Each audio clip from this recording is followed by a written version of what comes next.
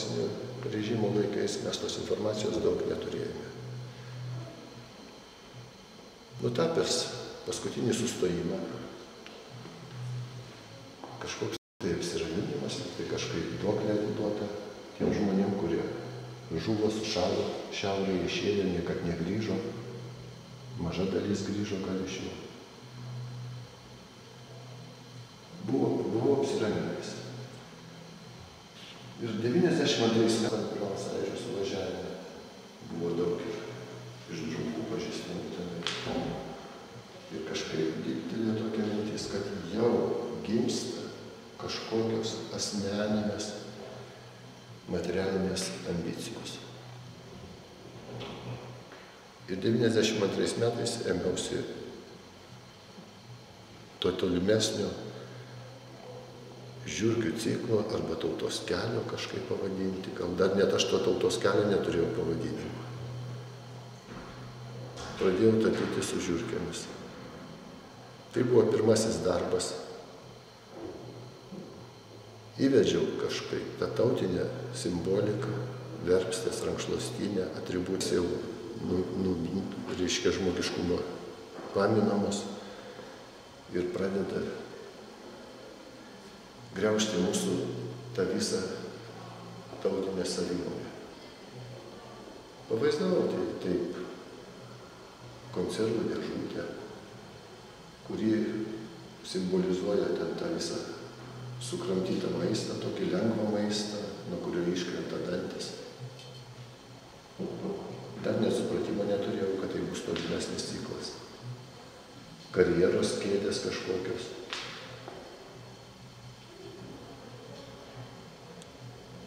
Bet jau mačiau, kad tai jau dedasi nelabai gražus dalykai.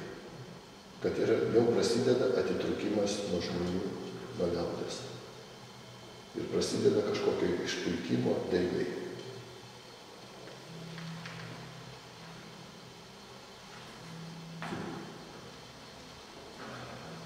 Antrąją ciklą paveiks. Ir vėl ta pati kėdė, tas prisidengimas, tos tautinės vėliavos atributika. Daugiausiai iškyla man vis klausimų, kodėl. Ir galiu tik atsakyti dėl to, kad kodėl. Kodėl mūsų buvę KGB visi Tarybų Sąjungos darbuotojai, kaip šventos karvės, turi būti paslaptyje, kodėl mes juos turim saugoti,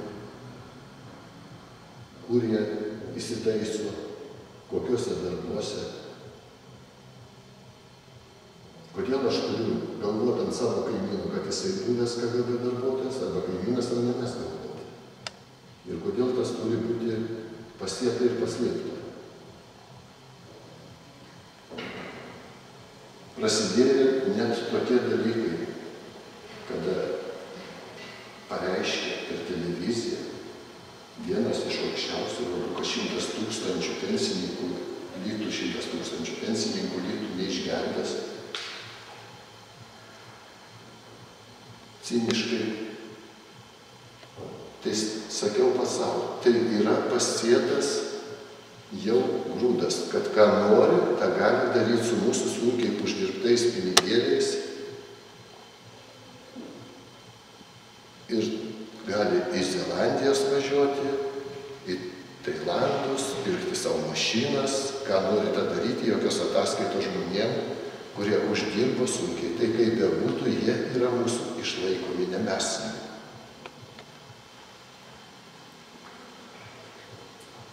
Kažkokie spektakliai susidarydavo tarpuose. Trečią paveikslą teko tapyti štai tas vėl žiurkės, kur jau buvau nutaręs, antrą nutapęs, kad daugiau netapysiu to ciklo. Praėjus kuriam laikui turėjau vėl grįžti prie jo. Pasirodo, kad tai yra partijos, kurios tarpusavėje labai gerai sutarė, tik kažkokius spektaklius suruošė per televiziją, tokiems kaip mums, kad mes juos išlaikytumėm, kad lyg tai mes jiems turim dirbti, privalom, visokiais epitetais dar apdalina. Tas tokias pjautinės žiurkių pavaizdavau. Bet tai čia mano toks vaizdas, kad tai buvo kaip spektaklis.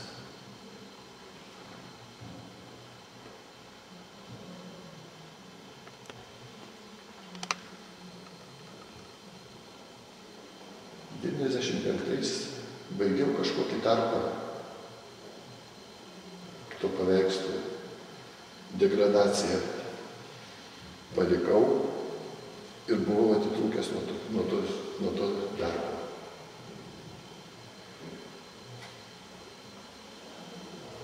Praėjus jau nemažai laiko, tokie dalykai, kas pradėjo dėtis,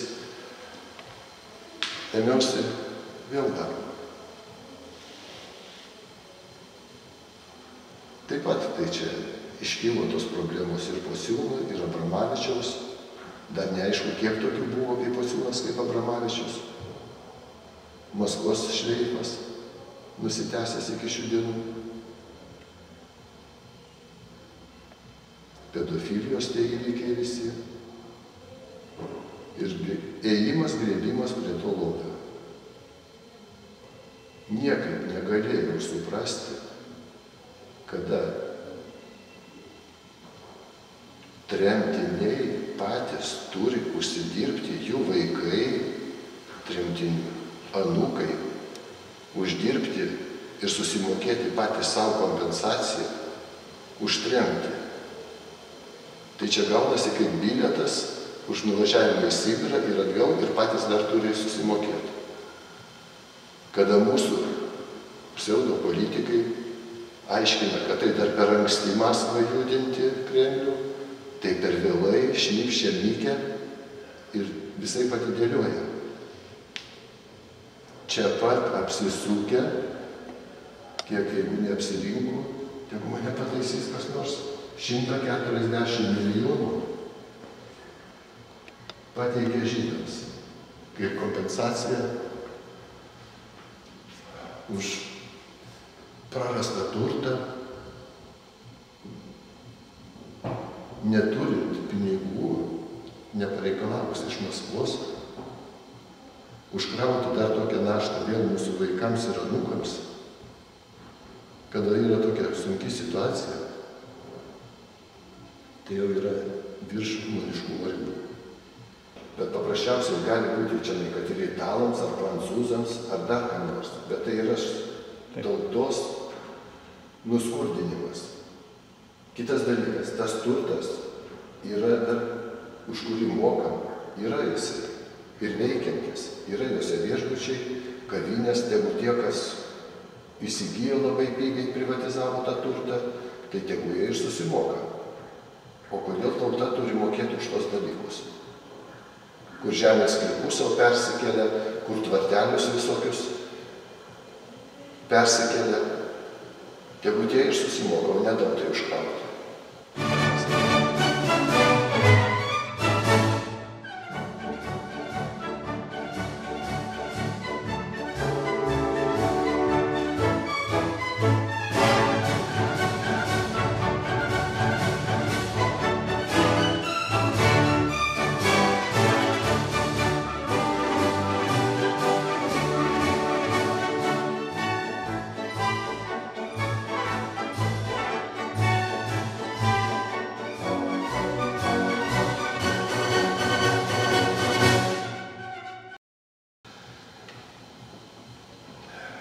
Praėjus kažkuriam tarpui, nebaigęs dar,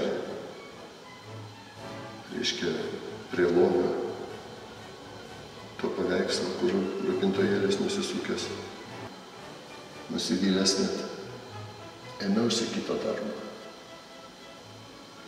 Diskutas.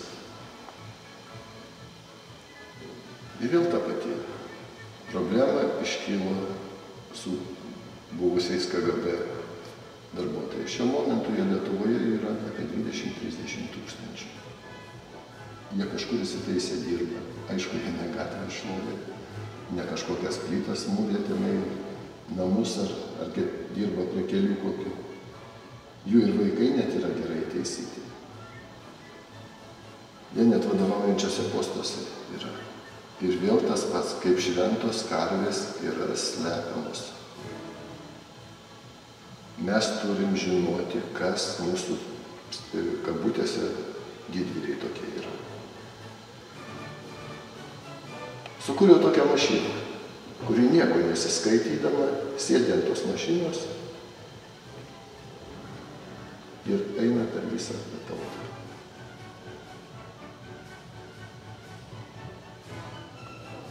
Galvoju, kad jos reikia su muzika, su trenksmais, jie visiškai savo ramus. Mes jos gerai aprengę, gerai maitinam, tokie gan pasipenėję, rūpinamės.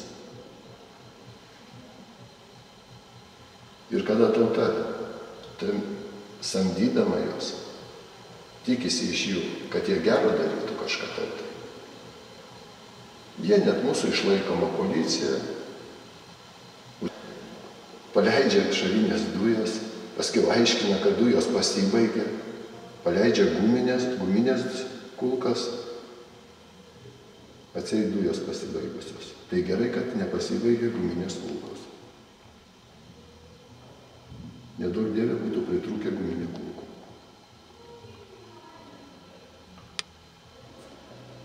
O tai mašinai praėjus nelieka nieko. Žmonės lekia iš Lietuvos, mamos palikusios vaikus. Tenka po pusę metų išvažiuoti šeimos nematyti, būna, kad kiti ir daugiau išvažiuoja. Vaikai net Švedijos darželiuose pradeda švedų kalbą mokintis. Ir kaltina, ieško kaltų, kad tai yra emigrantai kalti. Emigrantai nekalti. Jie paprasčiausiai žiūri, kaip išgyventi ir kaip išlaikyti savo vaikus ir išmaitinti juos. Kaip bebūtų, mes emigrantai šiuo momentu jau turėtumėm paminklą statyti už savo didvyriškumą, kad jie pajėgė palikti namus, palikti draugus, palikti aplinką, visą giminės ir išvažiuoti kažkur vargti. Nes jie tai suprato iš karto. Nebaigė, kaip pradėjęs, suprato prie to tautos maitinimo. Kai kurie dirbtų už dyką, jokio atlygio neimtų, mokėtų mokesčius ir jie maitinami tam uždaram cikle, minant pedalus. Kad to pačiu mėšlu valgytų ir dar eitų, šliaužtų kažkiek. Todėl žmonės ir pabėga. Jie ne dėl to, kad ten geresnio gyvenimo ieško, jie nori čia gyventi gerai, o ne ten. Ir kaip bebūtų, jie tempia tą patriotizmo vėliavą kelią, nors ir per akmenis. Ir kiek nutaręs visą laiką šitą darbą nutarėjau, kad jau viskas, daugiau įsisėmė ir daugiau netapysiu. Įvykiai parodė tiek, kad ir vėl turėjau grįžti prie to pačio. Ta pačia ekonominė krizė suvertė ant paprasčiausių, žemiausių sluoksnių žmonių, pačių neturtingiausių. Ant pensininkų, padarė pensininkus priešais, padarė mamas priešais, supjūdė visą tautą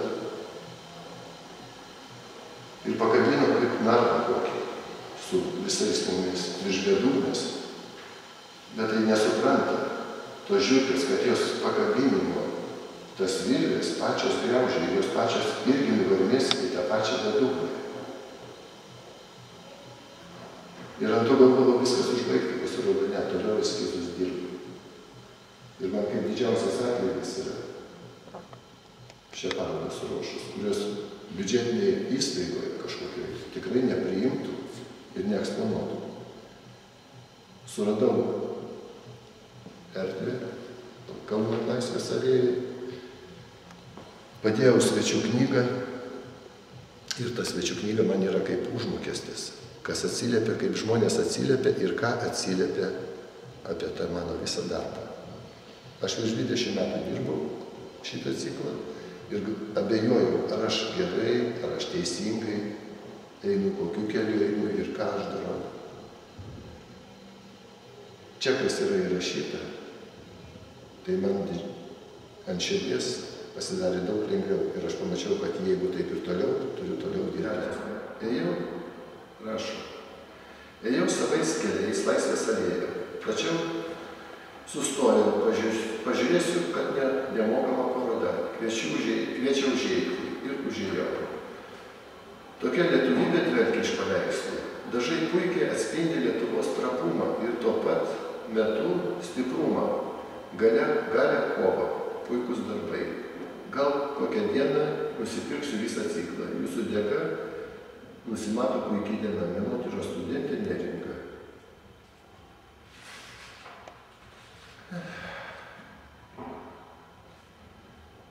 Kitas. Labai gerai rasti meninį skonį. Čia jau viskas nelabai aš įskaitau. Čia tai žada, kad ir kokie sunkmetis būtų. Nuo šviesių ir tamsių potėpių, lengvumo ir sunkumo privertė plačiau susimastyti šią dieną. Įdomu, kai įkvėpimo aspektas platus. Kad tik kuo daugiau gyvenimiškos tikrovės, kuri